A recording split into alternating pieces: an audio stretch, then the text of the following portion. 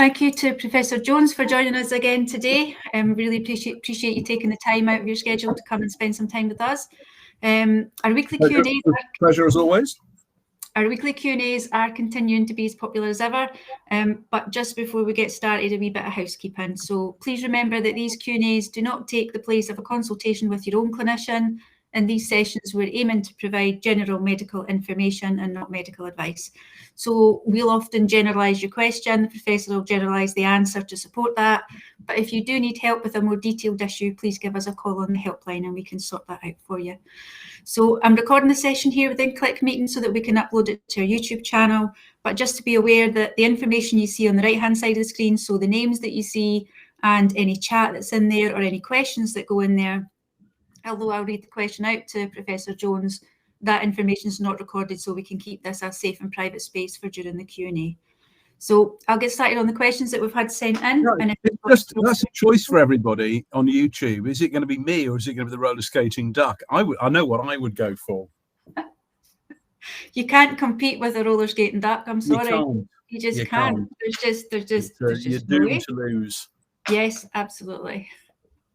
Right, on to our first question for today. I've been on Urso for 18 months. It did bring my levels down at one point to 144, but they have been steadily creeping up in sync with my GGT and are now both in the 211 to 220 range. Doctor believes it's only the liver causing the increase and suggested starting OCA at 5 milligrams daily. So two parts to this questions. Can anything else raise both ALP and GGT, which are going up together like two synchronized swimmers? And then a general question about OCA as well, but we'll take the first one. Anything else that might be causing the raise for them both to raise at the same time? Yeah, okay, so that's a good question. So alkaline phosphatase is the blood test that we look at most frequently to manage PBC. So everyone, I would hope in this kind of knows their value because it's the thing that we look at all the time. But it's not unique to PBC, okay? So it is not, if you're interested in whether somebody's anemic, hemoglobin is unique to anemia, right? So it's directly it. So alkaline phosphatase is elevated in PBC, but it's also elevated in other conditions. And so that can be important if you're making the diagnosis of PBC, but also when people have got the diagnosis of PBC, then you need to be aware that any changes in it might reflect other things. So it's released by really three tissues in the body. One is the liver, obviously, the bile duct cells. That's why it's important in PBC. It's also released by the bowel. So sometimes in bowel disease, it can go up. And the other one is bone. So it can be released by some bone diseases. And particularly when you're growing, so children, adolescents, alkaline phosphatase is almost impossible to interpret because levels will be very high because it's coming from growing bone. So it's factored into what we think. Now, how do I know if the alkaline phosphatase comes from the liver or from somewhere else? Well, first thing to know is that it's most commonly from the liver. So it's kind of important to realize that. But the other is that you then look at an additional test, one of two additional tests, which, if you want to, need to, which tells us where it's coming from. So those additional tests are you can look for the type of alkaline phosphatase it is. So the gut one, the bone one has a different structure to it. So you can actually see which form it is. So you can look for, is it the liver version or is it not? But the other one is to do another test which goes along in parallel with alkaline phosphatase, which is gamma GT. So gamma GT is only released in liver disease. So if your alkaline phosphatase is elevated and gamma GT as well, it's from the liver. Okay, simple as that. Mm-hmm. Why not just measure gamma GT if that help is more characteristic than alkaline phosphatase? The answer is twofold. One is it goes up and down like this in a way that alkaline phosphatase doesn't do. So it's much spikier, which means that any particular value is quite difficult to interpret. So is it the baseline or is it one of the spikes? The other is, pragmatically speaking, one of the settings which gamma GT is measured in the UK is about alcohol consumption. Don't get me started. Don't get all of you started. But it is a test used by GPs erroneously to show whether people are drinking or not. So rather than actually asking people and listening to the answer and believing people, which I always find very easy, trust me, as a hepatologist, I can extract information about whether people are drinking very accurately. They use gamma GT instead. And of course, there'll be lots of people on this call who've had that information used at them to say, oh, your gamma GT is up, you're drinking. No, it's part of PBC. So we don't use it for those reasons. It's very spiky, difficult to interpret. And the other is it opens a whole can of worms that is best not opened, as many people know. So if you've got a raised gamma GT, raised alkaline phosphatase, sound like both in the 200s, that's liver alkaline phosphatase. So is that PBC or is that something else? In the UK, it's pretty uncommon actually to see two things going on in the same person. We don't see very much of that. We have tiny numbers of people with two conditions going on. Overlap, we often talk about, which is the obvious two conditions, PBC and autoimmune hepatitis, that wouldn't put the alkaline phosphatase up. Anyway, that would put the ALT up, so it's not overlap. What about other things? In the population, the commonest reason for a raised alkaline phosphatase, actually PBC, amongst women over the age of 40, the commonest reason for raised alkaline phosphatase is PBC. So the other one that you do see is fatty liver disease. They change its name every week, but whatever fatty liver disease is called this week, it can put your alkaline phosphatase up. In America, they see a lot of fatty liver disease in PBC patients. I won't make any comments about Americans at that point, but they do. We don't see that very much. I have to say, we've only got tiny numbers of people. So unless you had a particular reason to think about fatty liver disease, say somebody was type 2 diabetic, they go together, you would tend to think about it. So if somebody's ALK phos goes up, we would always think what's going on. So if it's drifting upwards, that's PBC probably, but it also has just a question mark next to it. We think all the time about these things. So what I would do is, if it didn't feel like what we normally see, I would repeat an ultrasound scan, just make sure there's no obstruction in the bile duct, make sure there's no fat in the liver. Ultrasound here is very useful. It shows you all the other things. And if it's not anything else, then I would tend to treat it as if it's a PBC sort of non-response to therapy, and then I would add in another therapy. I would not do a liver biopsy. I think that's taking it too far. I would do an ultrasound scan, have a good look at it, and then if there's anything sort of suggested by that, I would do whatever the follow-on investigation is. If you think it's the bile duct, nowadays we use an MR scan to look at that. But common things are common. This is likely to be PBC, which is controlled okay to start with URSO, but that control has slipped a little bit. Just watch. Mo will, any second now, show a very convenient URSO dose calculator, which you will have to hand. Remember that URSO can make you, there you go, see, URSO can make you put a little bit of weight on. So actually, if you put a little bit of weight on with it, then your actual level of URSO might be a bit low. You might need to increase it. So just recalculate your URSO dose. It's always worth doing that. But the chances are it's going to need second line therapy. What's the cutoff you use? Oh gosh, we've talked about this so many times. The direction of travel absolutely is towards normal tests, not obsessively, not at all costs, not at any price, but actually all things being equal. And when I see particularly younger patients in the clinic nowadays, that's what we talk about. Why sit there with 20 years of abnormality in your liver when you can actually... So the logic for using a second line treatment is kind of stronger and stronger with time. Not because the risk is higher than it was, it's just our understanding of the disease is higher. And I think we're moving to an era of complete control of this. Not, better, we want it normal. In my working lifetime, many people with type 1 diabetes will be familiar with this if you haven't been in the family like that. In the old days, if you didn't have hypoglycemic episodes and your sugar was not above 10, that was good control. And now they want it to be 4.5 to 5.5. Insulin's the same, diabetes is the same, but what's not the same is knowledge about the importance of these things. So we are tightening up. So not slavishly, not at any cost, looking at the big picture, all things being equal, you go for second-line therapy. The second bit of this is which second-line therapy to use. That actually matters much less than using one or not using one. And one of my favourite factoids is that out in the UK right now, you'll have heard me say this before, if you're sitting there with URSO non-responding bloods, high-risk bloods as we would call them, as you are with those numbers, you are 6 times more likely to have never had second-line therapy than to have had second-line therapy and had the wrong one. Okay, so 6 times as likely. So that's where the problem is. So in this situation, we would suggest don't get strung out. Don't get strung out on which drug. Start on one, whichever works best for you, depending on the other things that are going on, and then just reevaluate in a few months' time whether it's done what you want to do. But I think once you go into second-line therapy, I think the goal should be normal tests. OCA, we still use as second-line therapy. The other one that's used widely now is elafibranor. Now it's licensed. If you've got itch, probably more in the way of elafibranor, is logical. If you've got worse bloods, probably OCA is logical.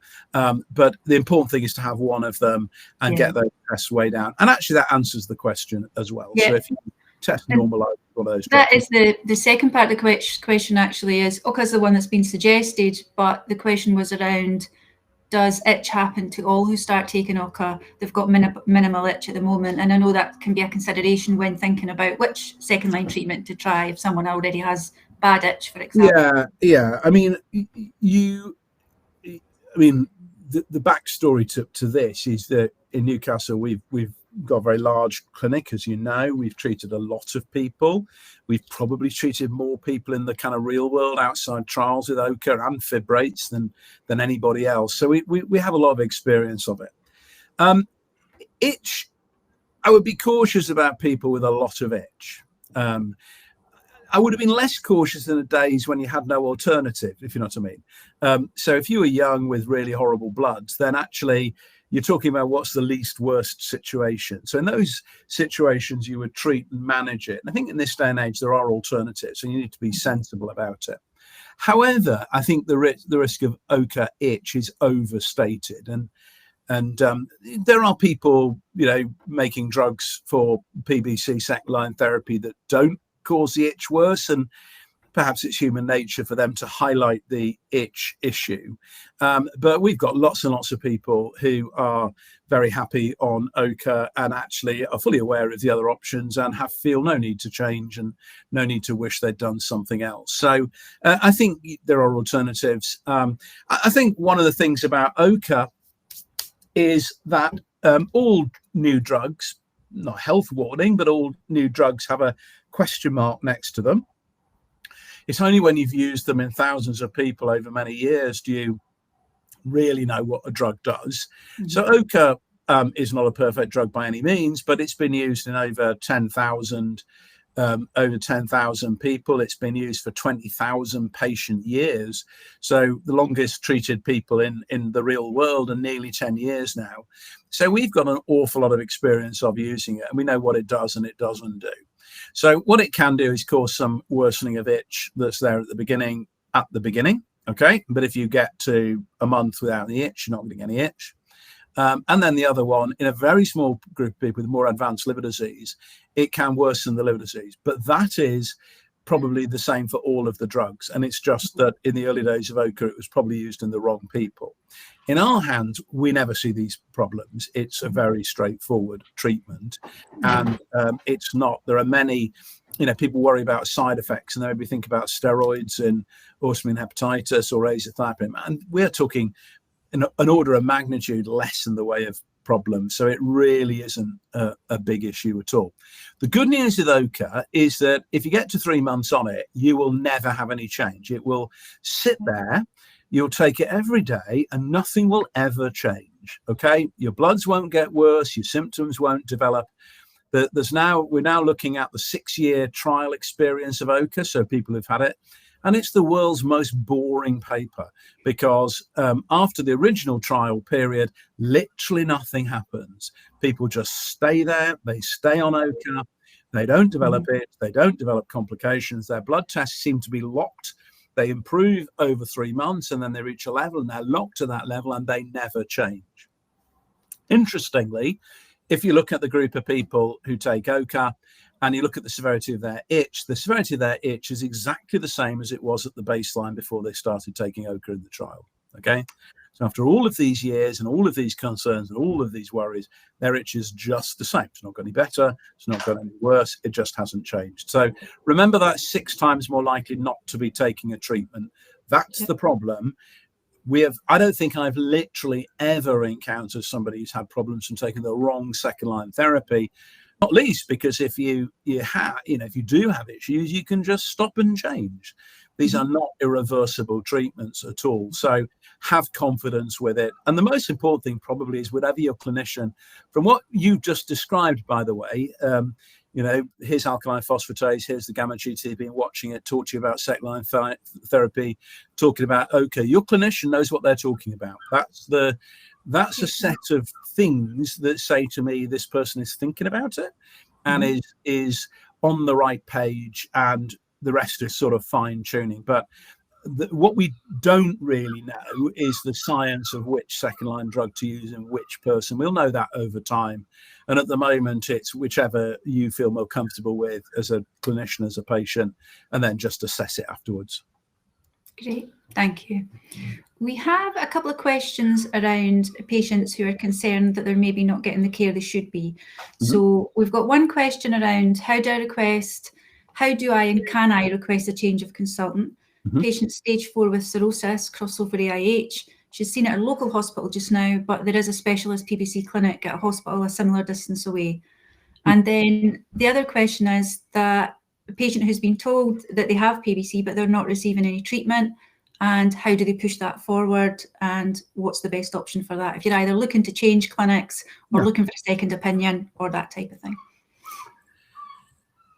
This is a perennial issue, and it always makes me wonder, why would you do that as a clinician? Why would you do that? Okay, so managing people with cirrhosis and PBC is something we thankfully don't have to do very often these days, but it's complicated, it's manageable, but it's not straightforward, and as you see it less and less, people become less familiar with it. And the people who are familiar with it are people like me or Emma Culver or Jess Dyson or Palat Trivedi. I mean, we all know who they are. And these are people who do see people like this and are very comfortable managing it, not getting overexcited about it, not worrying you or panicking. There's nothing to panic about here, but it just needs you to have your thinking cap on with what you do. And if you live, it's one thing if you live in the West Highlands of Scotland, right? I mean, where it's a long distance to be able to go to a centre, and there might be something more locally. But I mean, if you live equidistant from a unit that's used to doing this, why would you do that? I mean, why would the clinician looking after you take the risk? It's all fine if it goes well, but it's a kind of an obvious thing. It makes no sense, if you like.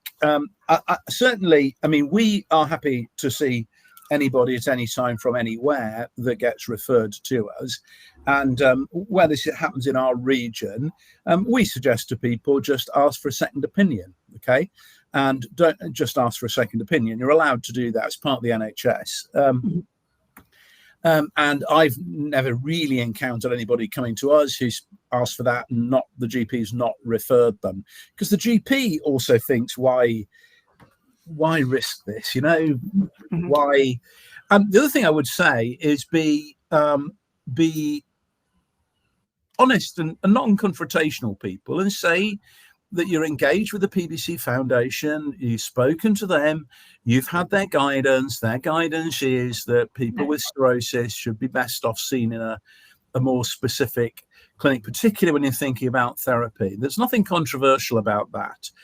It's good guidance. I think the next guidelines are going to be much clearer about all of that.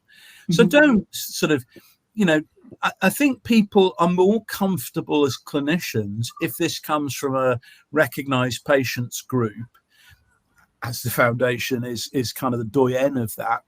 rather than you've just found it on the internet, if you know what I mean. So people are a bit cautious about Dr. Google. So if you've spoken to people who know what they're talking about and have said, in the nicest possible terms, is it possible for me to have a second opinion? Most doctors would think, A, that's a perfectly reasonable thing to do, but they'd also think, what if this goes wrong? And that's going to sit in your records, and then some lawyer's going to come and have a look at it, and then they're going to send it to me or somebody like me and think, is this good management? I'm going to say no. And so it just isn't worth it. So just ask for a second opinion. As a general observation, we don't sugarcoat anything here, nor should we do. If you will have heard many times us talking about the national audit of PBC care. So done by my colleagues across the UK, a phenomenal piece of work, very, very important. But it does show where the issues are, okay? And it shows several things, one of which is the patchiness of the quality of care.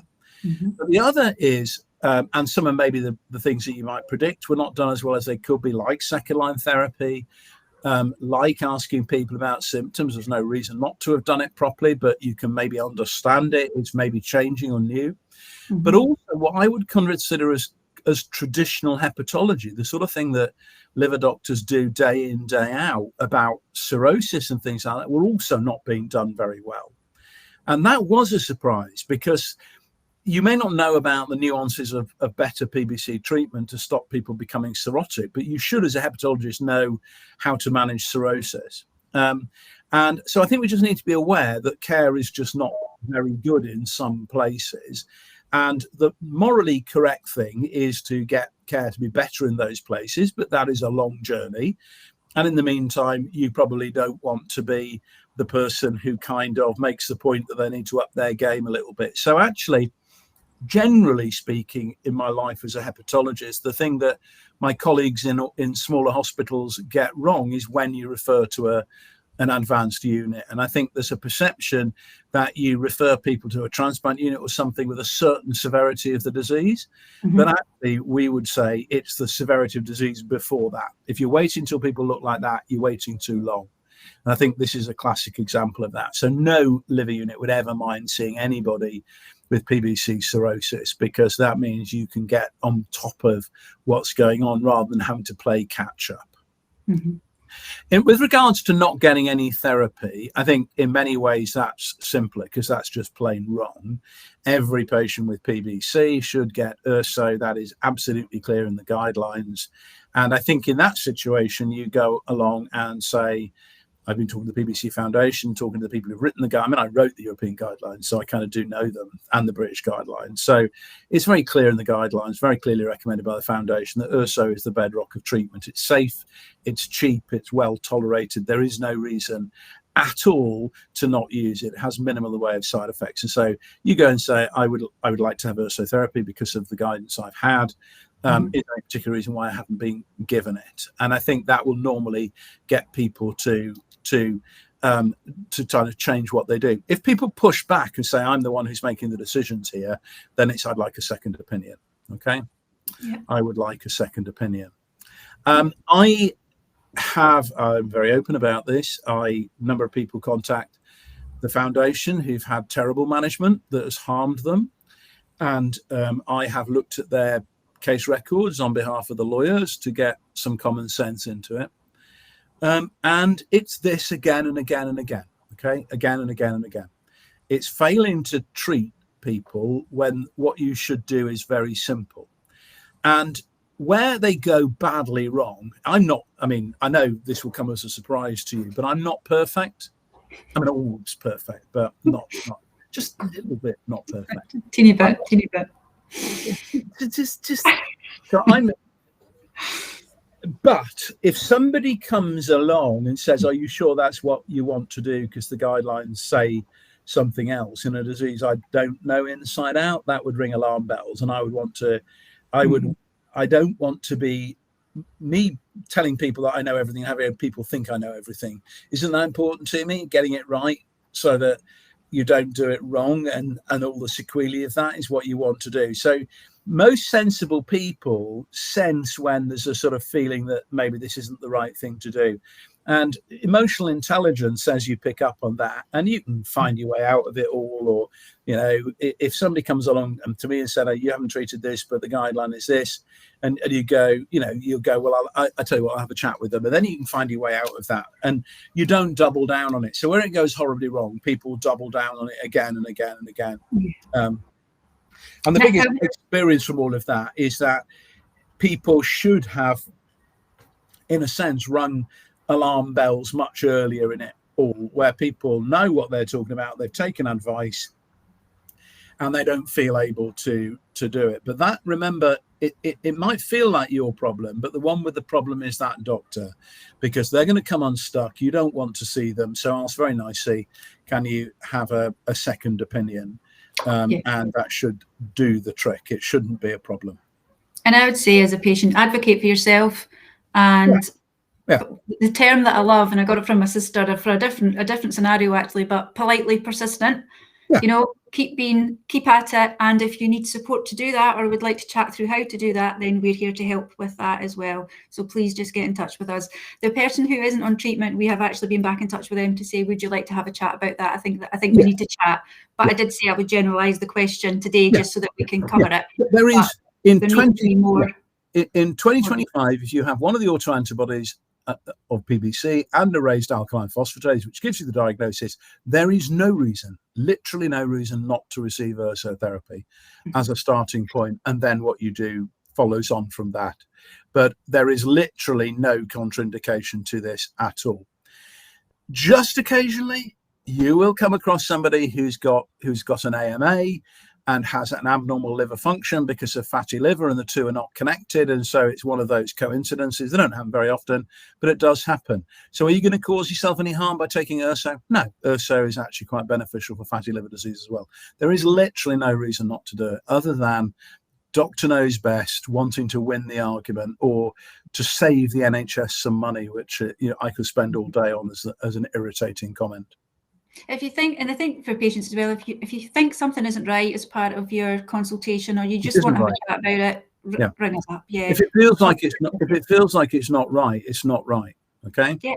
Another piece of advice with it is that if you are finding it's difficult to get them to do what you want to do, take somebody with you to the consultation. Okay. Advice, yeah. I think that's very family member or whatever. That makes it, because as the Queen said, the late Queen said, recollections may vary. And so I think if there are two of you who've heard something and raised the same question, it's very difficult to say, I've come across people who've argued the conversation that blatantly has happened, hasn't happened. And it's very difficult to, one person's word against another. So if it is getting a little bit like you're not quite getting what you want, take somebody with you, and that will... Yeah. That will not intimidate, but it will kind of just up the ante a little. Yeah, no, that's you could take your ante actually if you wanted. There you go. Do you see the ante joke there? Up the ante. There you go. We have a patient who has varices, and they're going to be flying soon. It's quite a long haul flight, and they're a wee bit worried. Can flying affect that? Is that a concern? No, it's an urban myth. I mean, it's an urban myth. There is a. Because anybody who's got varices should this day and age be on treatment, so should be on beta blockers, one of the Covidolol or something like that. That's standard treatment, or they should have endoscopic treatment. So the only risk with varices in flying is if you don't know you've got them.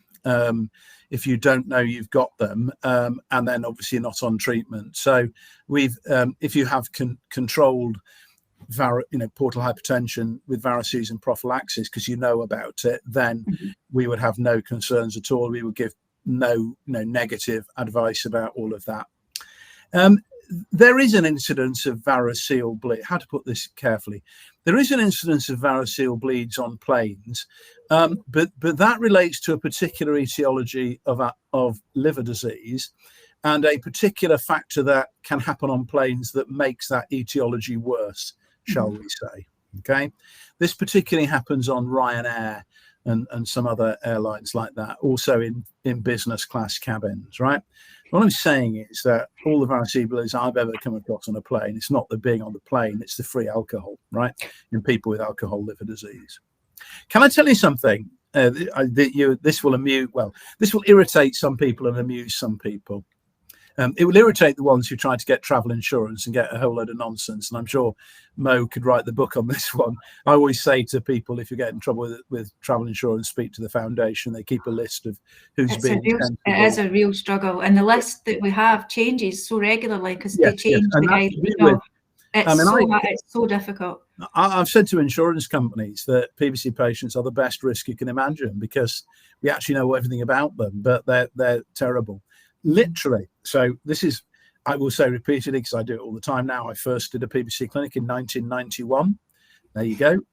In all the years I've done it, not once have I ever had a patient who had to seek medical care on holiday as a result of their PBC. People have had their cameras nicked.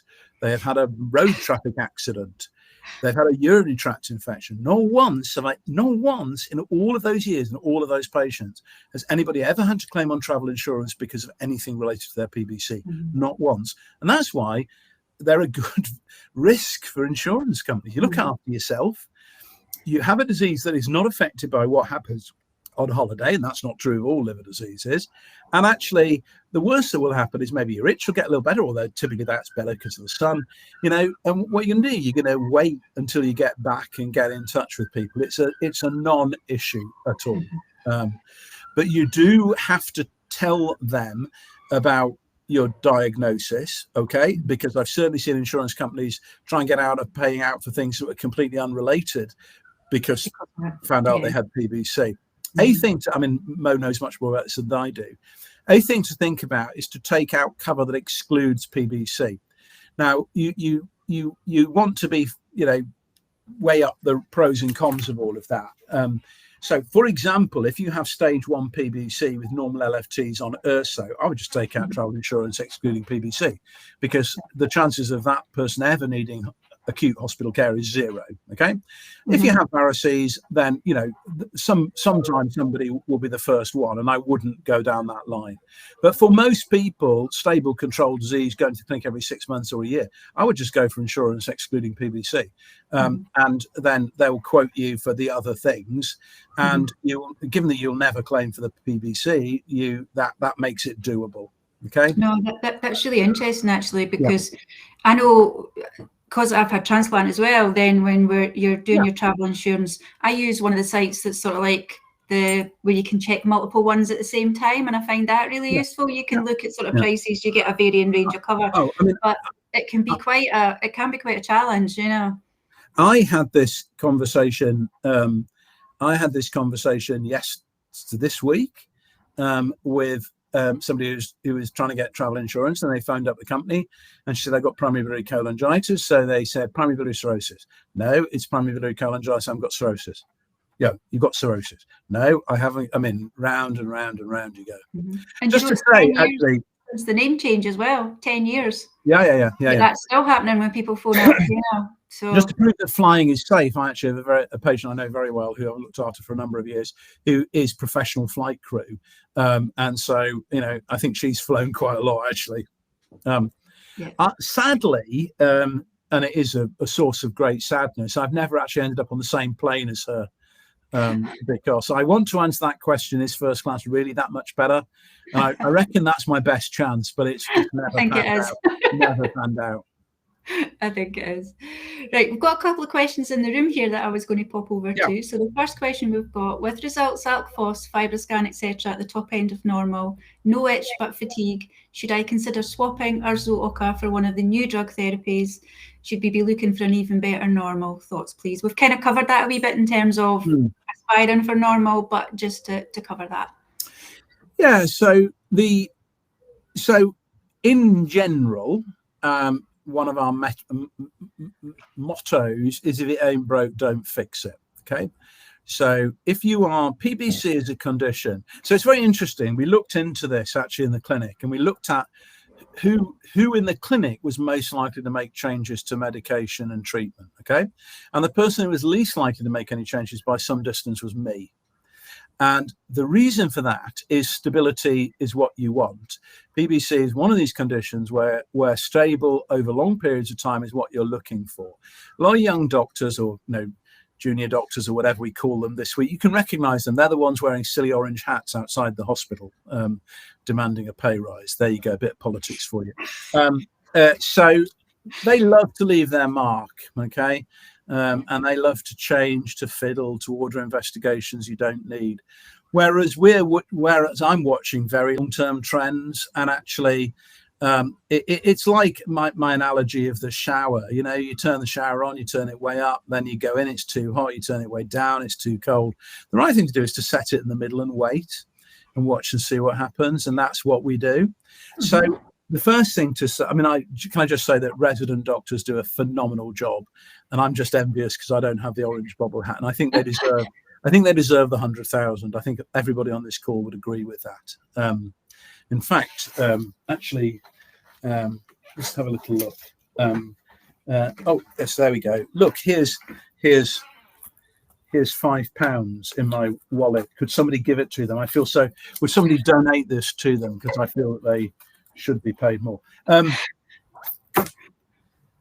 We're cancelling clinics, real patients, real problems, real needs. Enough. So don't fiddle if you don't change, because there's no reason to change.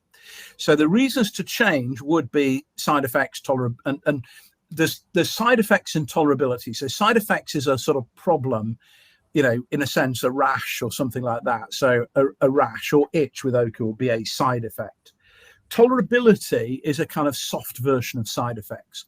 So tolerability is you feel a bit sickly with a tablet, or you get a bit of reflux with it and things like that. So those are perfectly good reasons to change. And also, if you don't get the nature of the effect that you want with them, is a good reason to change. Mm-hmm. Remember, however, that if you look at all of the drugs with PBC, they have a similar profile in terms of tolerability and side effects. So you are swapping one for another, and it's perfectly possible you will have more problems with the drug you start on. And remember, some of the newer drugs seem to have fewer side effects, but that's because they've been used in fewer people for a shorter period of time. Just haven't had the chance to, You're more likely to be caught speeding if you drive more miles per year. Okay, so it's just worth remembering that. Actually, Mo, you were in the police, weren't you? 34 years. 34 years. And I never got caught speeding. Yeah. I actually, well, no, I won't say that. Don't tell my husband I get caught speeding. I managed somebody in the tax office, okay? You have no idea how nice I am to her. How nice I am. Junior doctors, tax officer. Right. So if it's not broke, don't fiddle. Right. Yeah, that's where we are.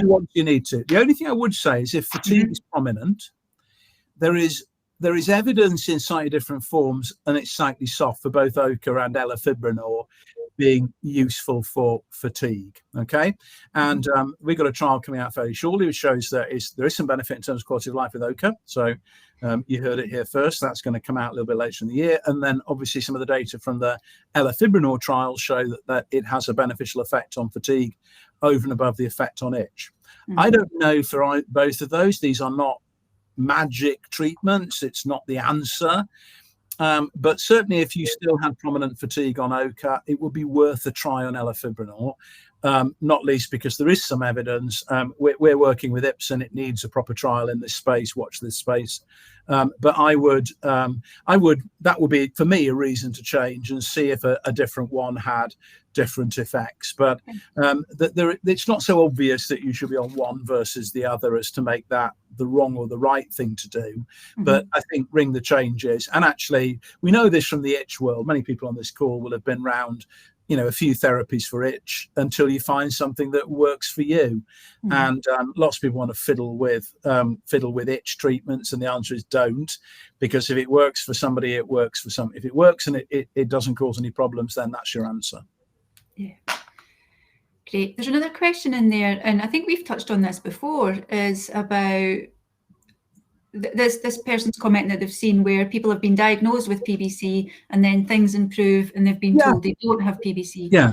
AMA has gone from positive to negative. Yes. So PBC, so to get PBC, most people think you need to have two things happen in the same person at the same time, okay? And that maybe both of those things individually are not that uncommon. So something triggers you to produce the antibody, the immune response, and then something converts that into injury to the liver, okay? So in my very intellectual way of thinking about things, I think it's a bit like a Zippo lighter. And to get a flame, you need to have both the spark and also the petrol. So the thing about AMA is that lots of infections will trigger AMA, okay?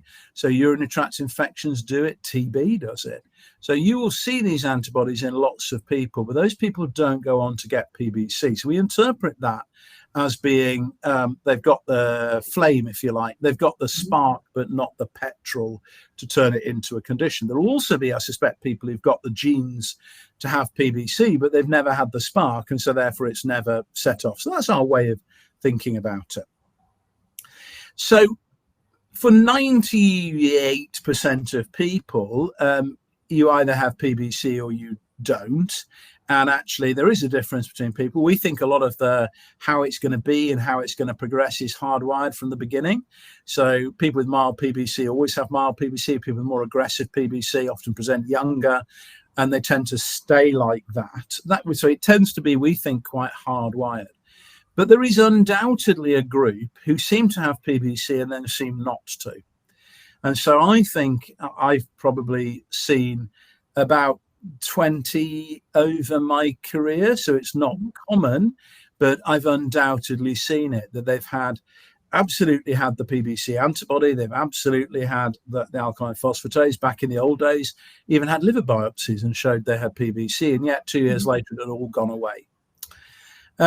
So it happens. Now, if I saw somebody as a new patient who was AMA positive with slightly abnormal LFTs, I wouldn't particularly talk about that, because I think it happens, but it's not likely to happen. And it's a kind of pleasant surprise if it does happen, but I don't want to raise hopes this is going to get better of its own accord, but it can do.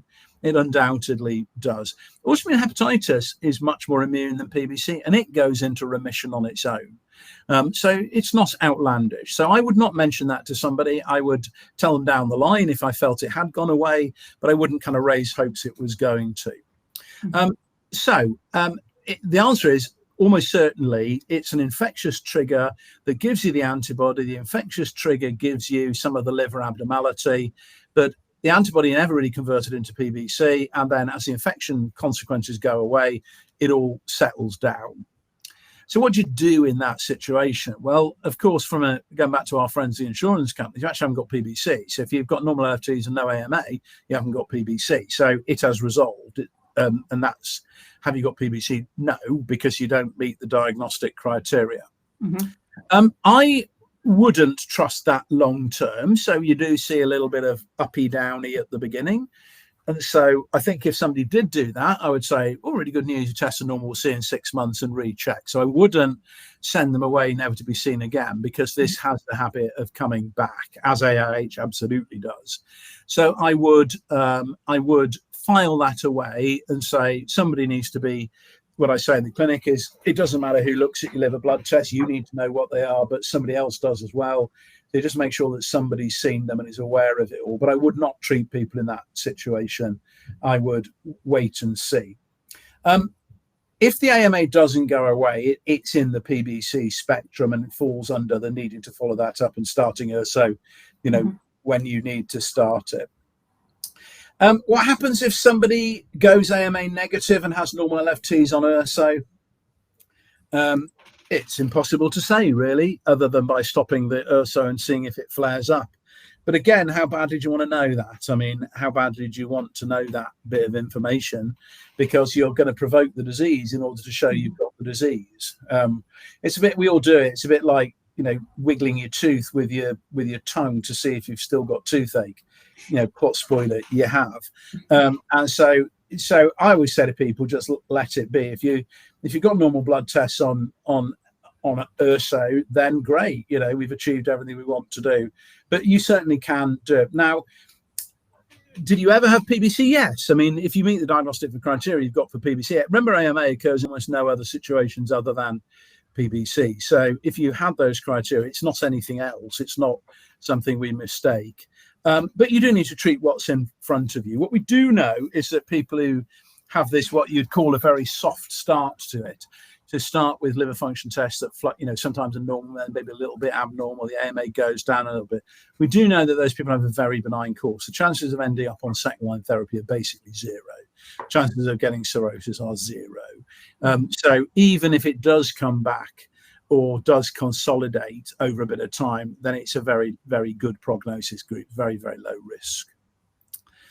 So it's an interesting thing. It's an oddity. It's good news, whether it's not PBC because it's gone away or it is mild PBC. But I wouldn't go chopping and changing too much with treatment. If, however, it's very useful for you to not have the diagnosis, then technically you don't have the diagnosis. That is, for insurance companies and things, that's a fact, and you can quote that. But don't, at the end of the day, URSO's never, in my experience, hurt anybody. And I've seen plenty of people who've been hurt by not having URSO at the right time. And sometimes if you kind of decide it's not PBC, then people forget about it. And when it becomes PBC, our eye is taken off the ball. I've certainly seen that. So I would tend to just carry on with treatment if the treatment is acceptable to you and you've got normal blood tests. Go and celebrate. Question just came in there about if I've reached the threshold of URSO and now my dose is slightly under, I don't see my doctor until November. Should I increase it by 60 milligrams or should I stay on the dose that's slightly low for my weight? Yeah, adjust it up and down. I mean, we tell people, feel free. You do that. People do that with insulin. They do that with itch treatment. Cholestyramine for itch. We tell people to try different dosings, and when you take it, we make recommendations to people about how they take the URSO. So try it late in the evening. If that doesn't work, split it. Yeah. So I would have no hesitation at all. I think 60 milligrams by definition is going to be quite difficult to adjust to because of the tablet sizes, and probably that's going to be, I'm guessing you might be on 600 and then maybe you're on 600 and that's kind of 10% of it. Those sorts of changes are not really going to make much difference. So I wouldn't go micro dosing it, but I don't think I'd have any hesitation at all. I mean, it's interesting, there are some drugs you really shouldn't change without discussing with the doctor. So for example, rifampicin for itch, because the toxicity, you need to check the blood test when you do it. But question or URSO, it's far better for you to own it and own the dosing with it. Great. Just when you mentioned cholestyramine there, we had a question in about can you take cholestyramine when you require it, so when your itch is bad, or do you get a better result if you take it regularly? Again, a really good question. I have lots of people who take it when they need it. What I wouldn't do is take a sachet and then not take any more. I think I would go for a slightly longer period than that. So I think if you're having a bad run of the itch, I might take it regularly for 3 or 4 days. Okay. So I might take a course of it and then stop it at the end of it. So I might go somewhere in between all day, every day, and just whenever you feel like it. A little, if you do think of an antibiotic, if you're going to have a course of antibiotics, you have 5 days, if you know what I mean.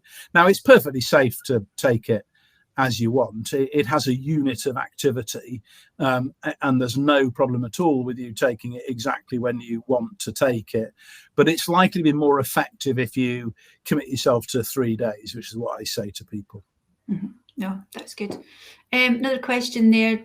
Patient diagnosed 2019 with PBC, struggled with different therapies, URSO intolerant, OCA brought alk-phos down but caused ALTs and ASTs to rise, tried fenofibrate with no success, and recently tried elafibranor and currently on volixibat with no real improvement to labs. What do you think? What do you think about in terms of the direction for the therapy?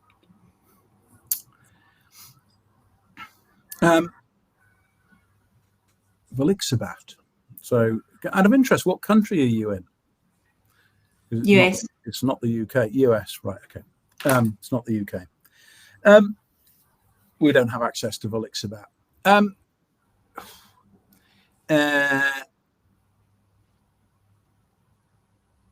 I think the interesting thing is, so the interesting question is to look at the detail of what happens with each of those drugs. Okay. You see fluctuation in tests, and you see issues with tolerability, and it can be quite difficult to pin one thing on it, and on that rather than something else. Each of those drugs can cause their own issues. So all of these drugs can rarely cause liver test abnormality. We've talked a little bit about the itch. Fenofibrate can cause renal problems. Elafibranor can cause bone issues, some fractures, interestingly, with elafibranor. People get to the bottom of that. And muscle issues, a bit like statins. People are familiar with that. So there's no such thing as a free lunch with these drugs. You need to be aware of that. It's unusual, in my experience, to have difficulties with second-line therapies to that degree.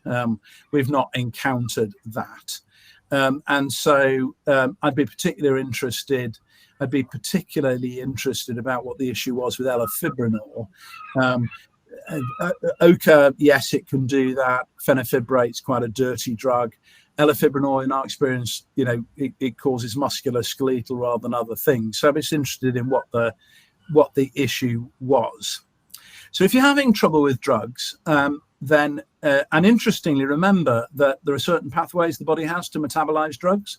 So each drug doesn't have its own pathway. The body has about 4 or 5. And so you do encounter people who just struggle with drugs. And almost certainly that won't be they're just unlucky. It'll be that one of the pathways that metabolizes drugs is not normal in them. Okay. So it's not a coincidence. It's because all these drugs are metabolized in the same way. So what I would do with that is the easy question. So the easy option is seladelpar. Okay, so you've not, by the sound of it, tried seladelpar. It is quite simple. It's quite simple. It's similar, but it's not the same, and you don't necessarily know where side effects come from in terms of which drug does what. So is it the bit that's similar between elafibranor and seladelpar, or is it the bits different? So a bit like statins. Sometimes people can tolerate one but not another, but sometimes people, it's all statins. So I think that's an obvious thing to do. So if elafibranor really caused problems and seladelpar caused problems, and Oca for whatever reason is not suitable, then the question would be, how badly do I need second line therapy? Okay, and you might think, well, that's a daft question given everything I've said. But remember what I said: no treatment.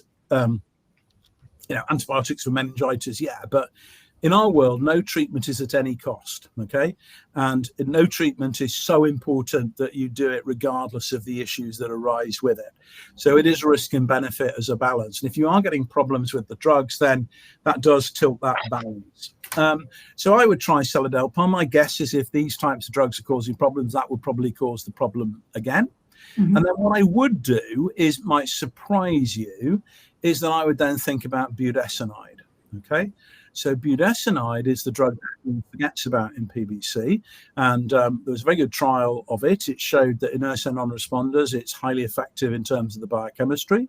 It probably damps down the effects of injury to the bile duct cells, and although it's a steroid, it's metabolized in the liver, so you don't get steroid side effects. We use it quite widely in autoimmune hepatitis. I use it selectively in PBC, but actually we have good results with it. So it's an agent we use when we're struggling with other things, and where we use it, people actually really quite like it. Now, the only thing is that it doesn't cause steroid side effects at all because it's broken down in the liver. But it'll only be broken down the liver if it can't bypass the liver. And if you've got cirrhosis or a lot of fibrosis, then it can get round the liver, around the circulation. So it does. This is one of the reasons a lot of doctors don't use it, is because you do need to have done a FibroScan and had a little think about whether it's safe, whether it's the right treatment or not. We're very comfortable using it, but you do need to kind of know what you're doing. But if you're really struggling with the bile acid therapeutics, I would change TAC and I would try budesonide and see where you go with it. It may also, interestingly, allow you to tolerate some of the other drugs. So that would be the other option. But you do need to have your liver assessed for whether there's any shunting around it first. Great, thank you. If a hepatologist doesn't know about that, you need to find a hepatologist, because the person you're talking to is not a hepatologist. If they are a hepatologist, they will know all that, and they will have the wherewithal to be able to do it. Okay. I'm just looking at the time. Do you have a hard stop at 3? No. No. Oh, great. Right. Okay. So there's a couple of questions that have came in the chat here that I would like to try and get to, but there's one question that was on the list that I would like to cover as well. And we have chatted about this previously, but we've got someone who their mother had PBC. She's female, now worried that she may have it. Blood tests are not showing any change in the liver at this point, but they've lost weight, been able to finish meals. And I just thought it would be good to have another wee chat about any family connections and what would be suggested due to that, just for monitoring tests and stuff. Okay, so the hard numbers, the prevalence of PBC in the UK is about 40 per 100,000 of the population. So 400 per million of the population, which makes it a rare condition, okay? If you look at women, it's 10 times commoner because we know the gender balance. And so around about 1 in 1,000 women over the age of 40 will have PBC, which makes it the commonest cause of a raised alkaline phosphatase. PBC is not an inherited condition. It is not genetic. It's not like cystic fibrosis or haemophilia. It doesn't run in families, but the way in which your body is built does run in a family. So your immune system's construction runs in your family, as does elements of your metabolism. So there is a slight increase in the risk in the family members of PBC patients. Think of it a bit like, we know that there are families that seem to have quite a lot of cancer. There are families that seem to have a lot of heart disease. Well, there are families that seem to have a lot of autoimmunity, including PBC. But that does not mean that there is a significant risk in any one individual. So if you have a mother with PBC overall, and you're a woman, and you're 40, at that point, the rest of your life, you have a 1 in 100 chance of developing PBC. So the numbers actually are tiny, okay? And you also have the forewarned is forearmed, which is that you're aware of it and you can check for it. So actually, the numbers suggest that it's pretty uncommon. And we see tiny numbers of people who've got PBC within families. And always with that, it's awareness of it.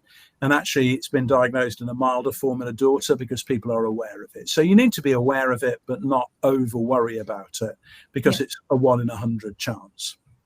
So what do we advise people to do? So we advise people to just be aware of it. And if you ever get abnormal liver blood tests, or you get some of the symptoms of PBC, then tell your doctor and get them to do the appropriate tests, because there's a reason to do that. And then you start on URSO, and then all the risks disappear. And so we don't recommend screening, we recommend awareness, and so that people can flag this. However, if your mum had a liver transplant and she had a very torrid time and you looked after her, that reassurance is going to be a bit thin compared to your experience. Okay, and I get that completely. So we would not screen unless it's the right thing to do for that individual and their mental health, in simple terms. So if they're going to be worried about this every day long, test. Okay, and 99 times out of 100, there's nothing to be worried about, and that will make them feel better. And it's worth doing. You don't need to do it, but sometimes it's the right thing to do. So I have that chat with people. Usually they don't have a test. Sometimes they come back and want to test, a bit down the line, and that's fine. But if you're going to really worry about it, I mean, there's another comment we might come to about being sort of terrified about pruritus. And I think there is a common theme, which is that if you're scared of something here, then we're not doing it right. So actually, there is literally nothing you should worry about with PBC anymore, literally nothing. And it's just a case of getting all of the bits in the right sequence and all sorted out. So it's just a case of getting all the bits in place, but actually everything in PBC is treatable and preventable, and you shouldn't be worrying about. And if you're worrying about particular treatment, then actually change the treatment. I mean, which treatment you might use. At the end of the day, I say this people who on the call who come to I'm sure nobody's on the call who comes to my clinics, they're probably bored of hearing me prattling on, but I always say to people, the last thing I want is for you to be worried about coming to the clinic. That's the last thing I want. I want you to feel comfortable. I want you to as much as you can, like the people. Everything we do in our clinic is about making it easy for people. We have the same receptionists who've been there for 5 years. They know we have a dedicated facility. We don't see lots and lots and lots of different types of people. The receptionists know everybody by name, and all of that makes such a difference.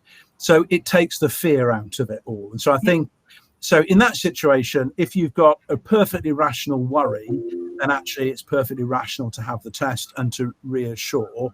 Now, you have to declare that. Have you been screened for any illnesses in your insurance, blah, blah, blah. But it's all about what's the right thing to do for you as an individual. Remember, what I'd always say to somebody who had a mum who had a transplant 30 years ago, mum had a transplant 30 years ago, okay?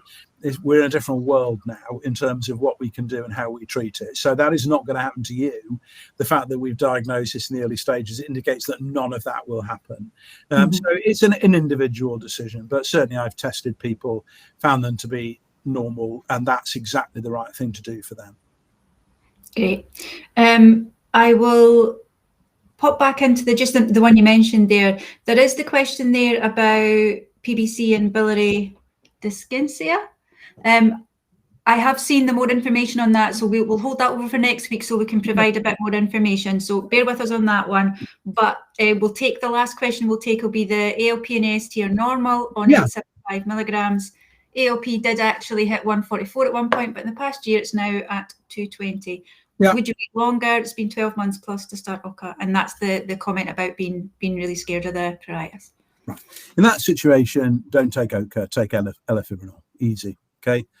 That's enough. Okay. Is if you're bothered by it. Remember, we're all human. Okay. We're all gloriously human, apart from junior doctors.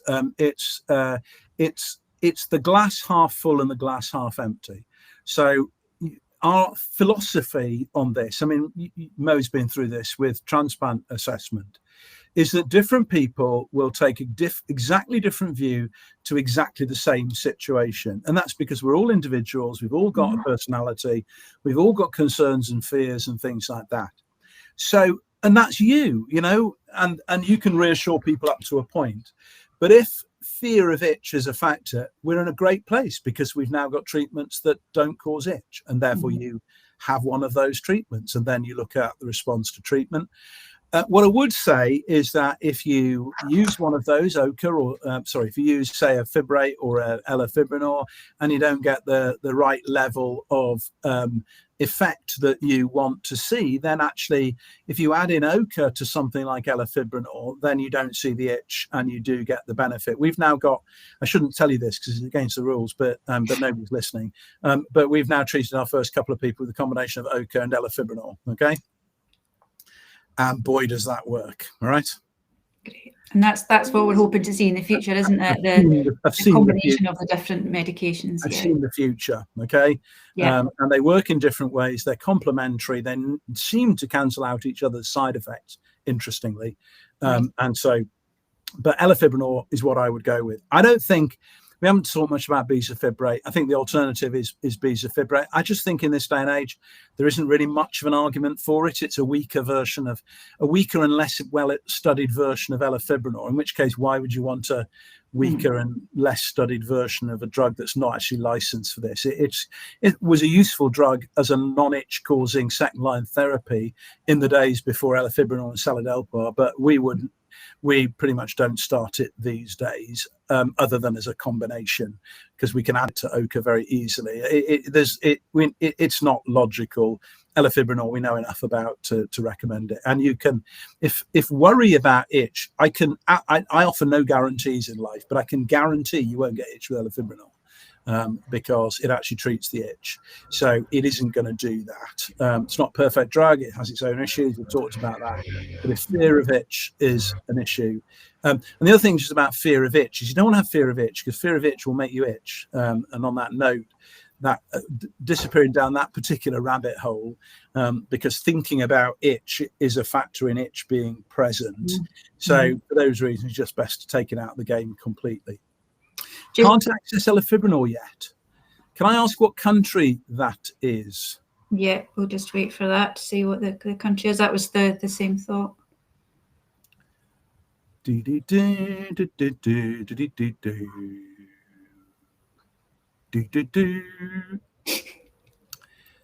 everybody's watching you type, waiting. I'm guessing New Zealand or Australia. Ah. Interesting.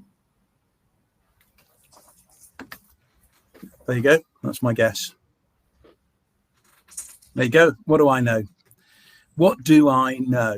Okay. What do I know? So I was actually out in the Atlantic provinces not so long ago. I was in Nova Scotia, Halifax in Nova Scotia. So I had a lovely time. If you've not been there, it's an absolutely sensational part of the world. Absolutely lovely. So I was out there. Right. So elafibranor will be coming in Canada before too long. It will be. It just takes a little bit of time to move through. But you have got both bezafibrate and fenofibrate. So in this situation, if you're really scared about itch, I would go on to bezafibrate and then swap over to elafibranor when it becomes available. Or of course, by that point, you might think, if it ain't broke, don't fix it.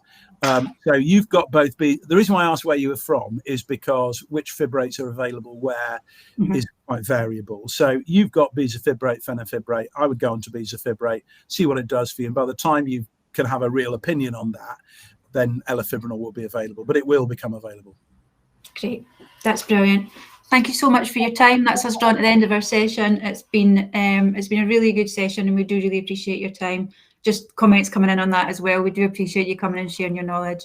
And I know as patients being able to submit questions into something like this, although that we know we need to keep them quite general, we can't give specific advice.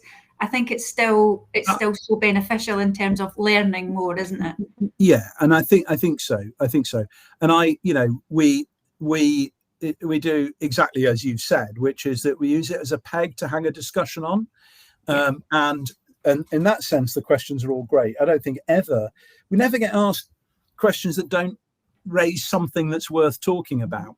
And we get such a diversity, and they are really good. And so you can always make a generalizable point about it all. And I think if I just gave you a lecture, it would be really quite boring. But these are relatable because they come from they are relatable issues because they're the issues that people are facing. So I think the format works very well, that actually not lecturing to people, talking about it. And I think, as I've said to everybody, is that there are many, I mean, nowadays you'll have been on many of these calls with far cleverer people than me, or the young whippersnappers who know everything. The one thing I do have is many years of doing this, and you've seen how this has evolved. And so we've got a lot of debates at the moment about which drugs work and which drugs don't work. Go back to 1991 and I'll tell you what works. The answer is everything we do works, because this disease has changed out of all recognition. And there are real challenges. There are real challenges about getting the right treatments out to people. We've talked about that, making sure that it's taken seriously by people. There's some questions about which drug to use in which person. But don't get me wrong. And then fatigue is the big one where we need progress. But don't get me wrong, the progress has been off the scale.